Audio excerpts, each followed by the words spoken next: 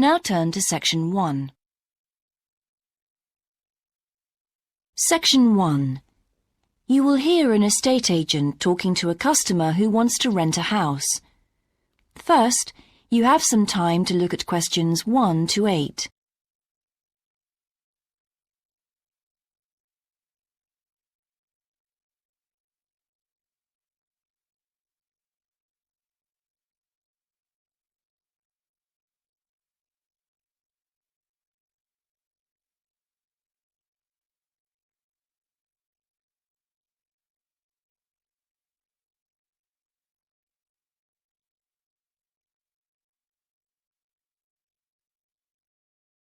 Now we shall begin. You should answer the questions as you listen, because you will not hear the recording a second time. Listen carefully and answer questions 1 to 8. Good morning. How can I help you? Hello. I'm interested in renting a house somewhere in the town. Right. Could I have your name, please? Yes, it's Stephen Godfrey. And tell me how many bedrooms you're looking for. Well, we'd need 4 because I'm going to share the house with 3 friends. OK. There are several of that size on our books.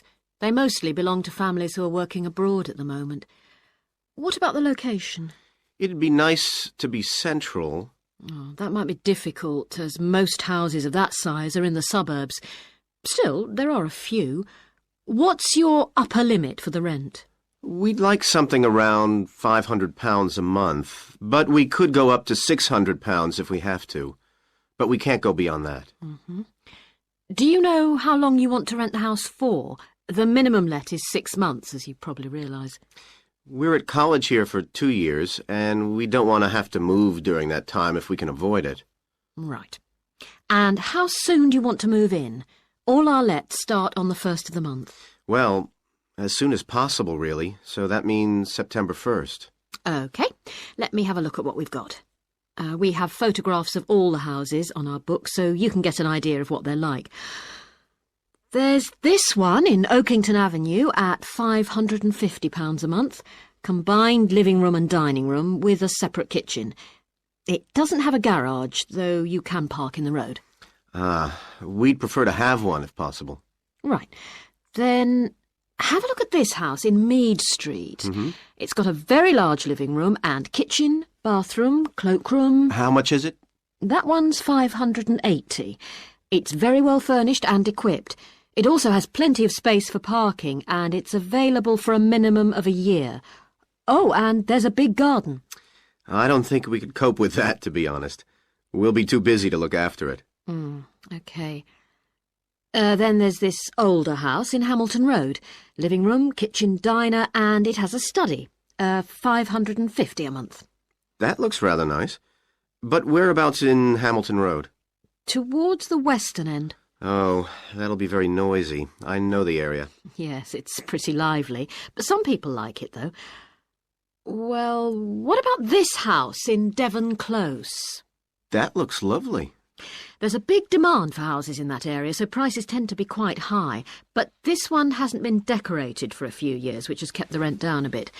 It's got a living room, dining room and small kitchen, and it's £595 a month. I think it would suit you from what you've said. It sounds fine. Before you hear the rest of the conversation, you have some time to look at questions 9 and 10.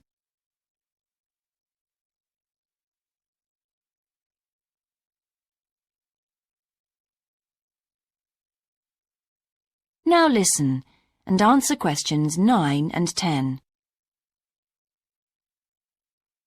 Why's that part of town so popular? Well, there's a big scheme to improve the district, and it'll soon have the best facilities for miles around. What sort of thing? There's a big sports centre under construction, which will be very impressive when it's finished. In fact, the swimming pool's already opened, ahead of schedule, and it's attracting a lot of people. What about cinemas? Are there any in the area? The only one closed down last year, and it's now in the process of being converted into a film museum. The local people are trying to get a new cinema added to the scheme. I think I heard something about a plan to replace the existing concert hall with a larger one. Ah, that's due to start next year. Well, it sounds an interesting area to live in. Could I go and see the house, please? Yes, of course. That is the end of section 1. You now have half a minute to check your answers.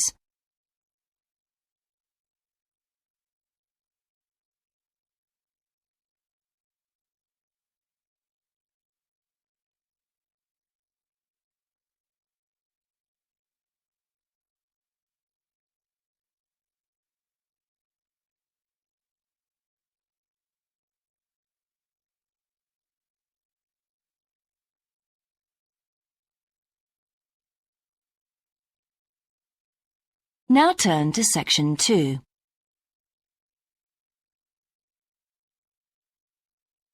Section 2.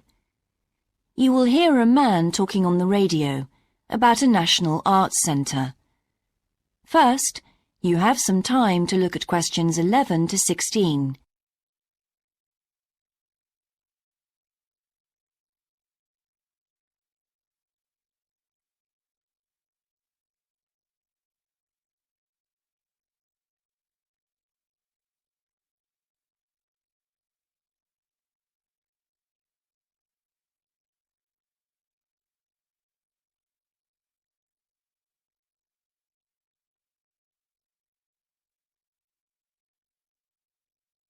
Now listen carefully and answer questions 11 to 16. Hello, and welcome to Focus on the Arts. I'm your host, Dave Green, and this is your very own local radio programme. Every Friday evening, we put the spotlight on different arts and culture facilities and look at the shows and events that are on offer in the coming week. And today, the focus is on the National Arts Centre. Now, if you don't already know it yourself, I'm sure you've all heard of it. It's famous throughout the world as one of the major venues for classical music. But did you know that it's actually much more than just a place to hear concerts? The centre itself is a huge complex that caters for a great range of arts. Under a single roof it houses concert rooms, theatres, cinemas, art galleries and a wonderful public library, as well as service facilities including 3 restaurants and a bookshop.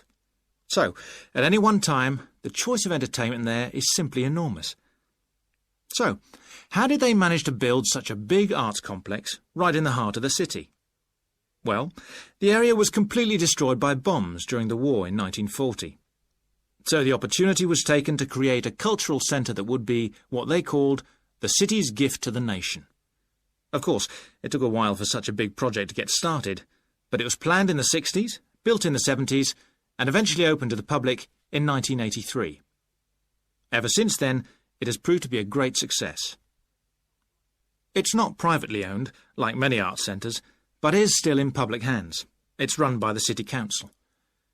Both our National Symphony Orchestra and National Theatre Company were involved in the planning of the project, and they're now based there, giving regular performances every week. And as the centre is open 363 days of the year, there are plenty of performances to choose from. Before you hear the rest of the broadcast, you have some time to look at questions 17 to 20.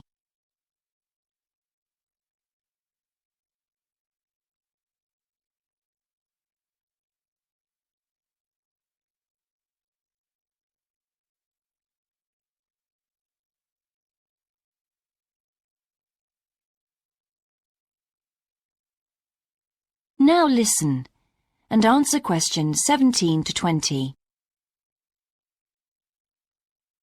So, to give you some idea of what's on, and to help you choose from the many possibilities, we've made a selection of the star attractions. If you're interested in classical music, then we recommend you go along to the National on either Monday or Tuesday evening at 7:30 for a spectacular production of The Magic Flute, probably the most popular of all Mozart's operas. It's in the Garden Hall, and tickets start at only £8, but you'll have to be early if you want to get them that cheap. And remember, it's only on for those 2 evenings. For those more interested in the cinema, you might like to see the new Canadian film, which is showing on Wednesday evening at 8 p.m. in Cinema 2, and that's called 3 Lives. It's had fantastic reviews, and tickets cost just £4.50, which is a reduction on the usual price of £5.50. So it's really good value, especially for such a great movie. But you can see the centre's main attraction at the weekend, because on Saturday and Sunday, 11 a.m. to 10 p.m, they're showing a wonderful new exhibition that hasn't been seen anywhere else in Europe yet. It's a collection of Chinese art called Faces of China. That's in Gallery 1, and it has some really fascinating paintings and sculptures by leading artists from all over China. And the good news is that it's completely free, so don't miss it. So why not go along to the National Arts Centre next week for one or all of these great events? And you can always pick up a programme and check out all the other performances and exhibitions on offer, or coming soon, on almost every day of the year. Next week, we'll be looking at the new Museum of Science. That is the end of section 2. You now have half a minute to check your answers.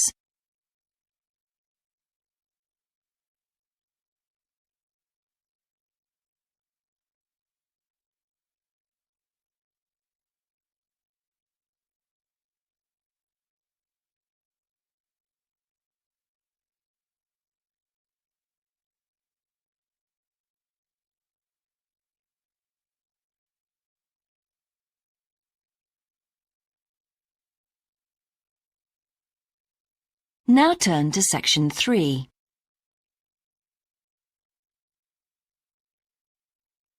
Section 3. You will hear a university tutor and a new student called Paul discussing Paul's work experience and Latin American Studies course. First, you have some time to look at questions 21 to 26.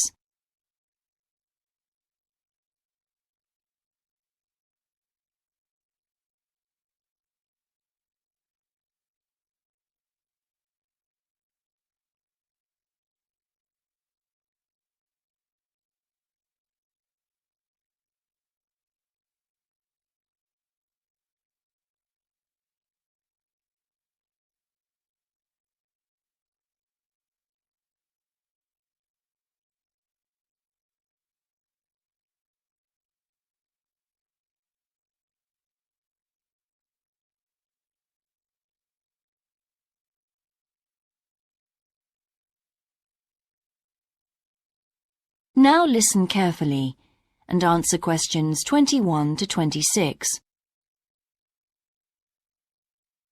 I've been reading your personal statement, Paul. First, let's talk about your work experience in South America. What took you there? Was it to gain more fluency in Spanish? Well, as I'm combining Spanish with Latin American studies, my main idea was to find out more about the way people lived there. My spoken Spanish was already pretty good, in fact.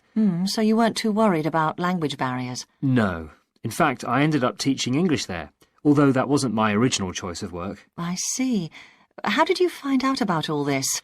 I found an agency that runs all kinds of voluntary projects in South America. What kind of work? Well, there were several possibilities. You mean construction, engineering work? Yes, getting involved in building projects was an option.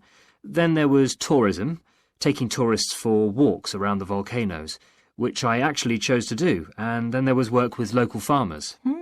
But you didn't continue with that project. Why not? Because I never really knew whether I'd be needed or not. I'd thought it might be difficult physically, but I was certainly fit enough. Now, I wanted to do something that had more of a proper structure to it, I suppose. I get demotivated otherwise. What do you think you learned from your experience? It must have been a great opportunity to examine community life. Yes, but it was difficult at first to be accepted by the locals. It was a very remote village, and some of them were reluctant to speak to me, although they were always interested in my clothes and how much I had to pay for them. Well, that's understandable. Yes, but things soon improved. What struck me was that when people became more comfortable with me and less suspicious, we really connected with each other in a meaningful way. You made good friends? Yes, with two of the families in particular. Good. What about management? Did you have a project manager? Yes, and he gave me lots of advice and guidance. And was he good at managing too? That wasn't his strong point. I think he was often more interested in the academic side of things than filing reports. He was a bit of a dreamer. And did you have a contract? I had to stay for a minimum of 3 months. My parents were surprised when I asked to stay longer, 6 months in the end. I was so happy there. And did anything on the administration side of things surprise you? What was the food and lodging like? Simple, but there was plenty to eat, and I only paid $7 a day for that, which was amazing, really. And they gave me all the equipment I needed, even a laptop. You didn't expect that then? No. Well, I'll look forward to hearing more. Before you hear the rest of the discussion, you have some time to look at questions 27 to 30.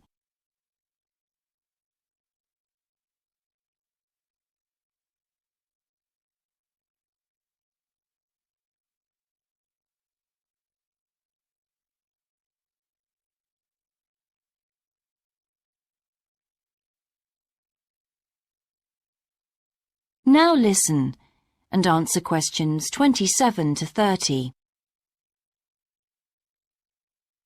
But now let's look at these modules. You'll need to start thinking about which ones you'll definitely want to study. The first one here is Gender Studies in Latin America. It looks at how gender analysis is reconfiguring civil society in Latin America. Women are increasingly occupying positions in government and in other elected leadership positions in Latin America. I think you'd find it interesting. If it was to do with people in the villages rather than those in the public sphere, I would. OK. What about second language acquisition? Do you think I'd find that useful? Well, you've had some practical experience in the field. I think it would be. I hadn't thought about that. I'll put that down as a definite then. OK. What about Indigenous women's lives? That sounds appropriate. I thought so too, but I looked at last year's exam questions and that changed my mind. Don't judge the value of the course on that. Maybe talk to some other students first, and we can talk about it again later. OK. Yes, and lastly, will you sign up for Portuguese lessons? My Spanish is good, so would I find that module easy? Not necessarily. Some people find that Spanish interferes with learning Portuguese, getting the accent right too. It's quite different in a lot of ways. Well, I'd much sooner do something else then. All right. Now, what we need to do is make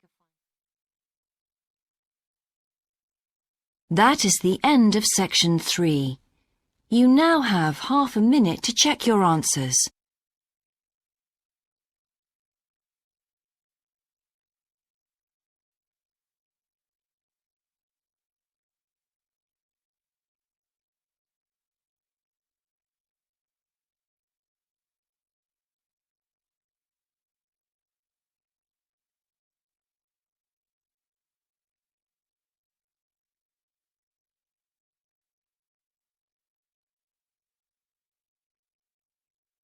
Now turn to section 4.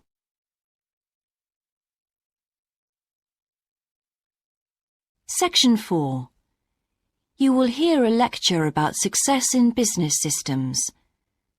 First, you have some time to look at questions 31 to 40.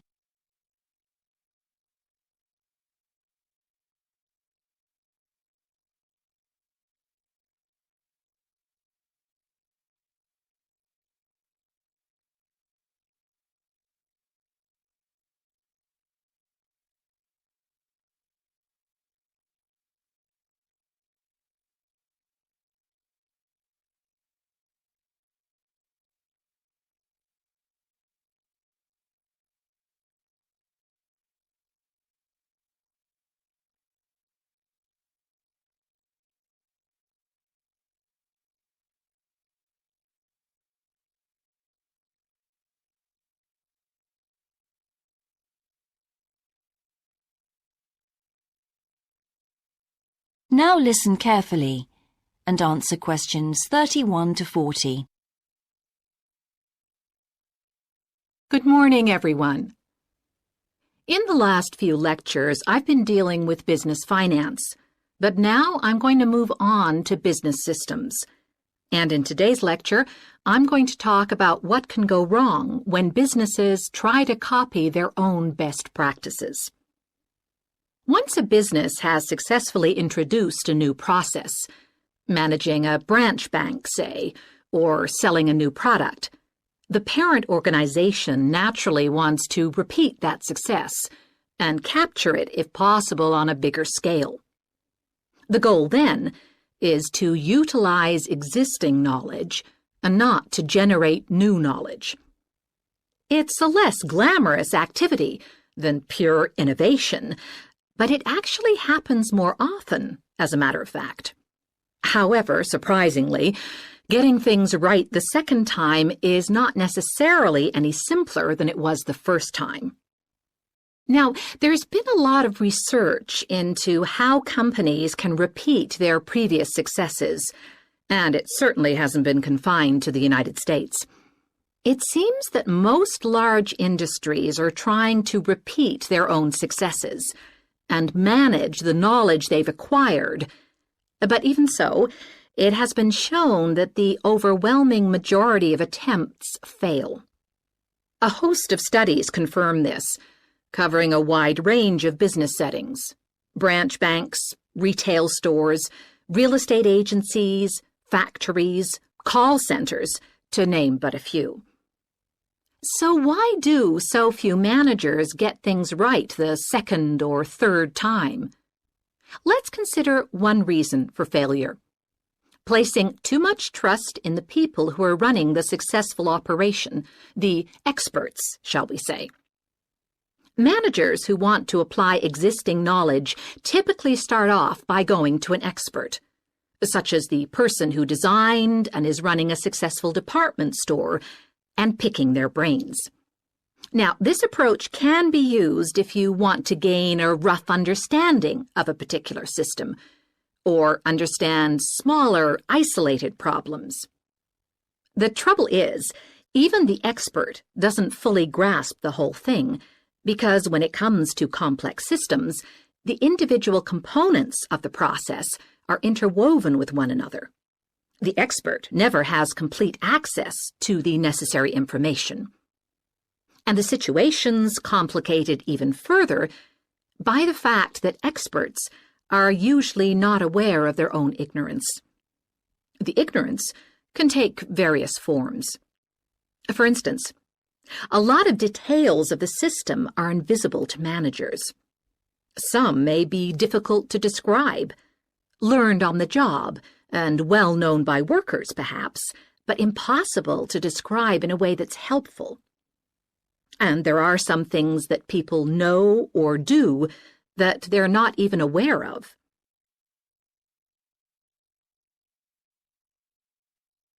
Now, let's consider two types of mistake that can occur when a manager actually starts to set up a duplicate system to replicate a successful process. Firstly, perhaps he forgets that he was just trying to copy another process and starts trying to improve on it. Another mistake is trying to use the best parts of various different systems in the hope of creating the perfect combination. Unfortunately, attempts like these usually turn out to be misguided and lead to problems. Why? Well, for various reasons. Perhaps there weren't really any advantages after all, because the information wasn't accurate. Or perhaps the business settings weren't really comparable. More typically, the advantages are real enough, but there are also disadvantages that have been overlooked. For example, the modifications might compromise safety in some way. So, what's the solution?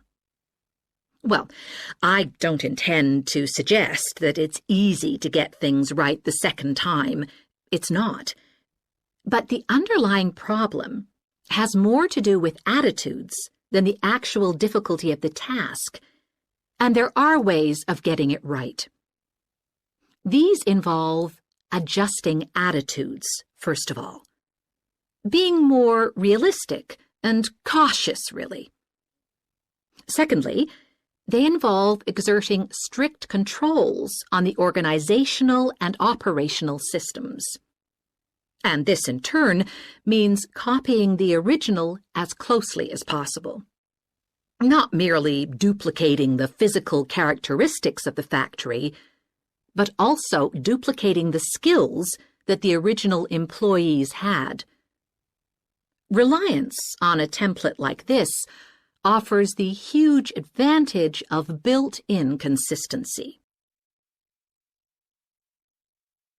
That is the end of section 4. You now have half a minute to check your answers.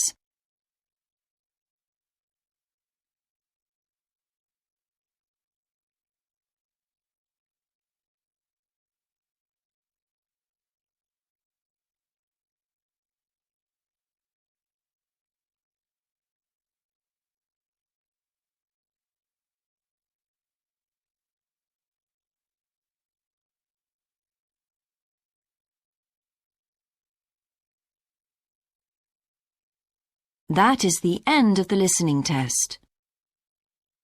In the IELTS test, you would now have 10 minutes to transfer your answers to the answer sheet.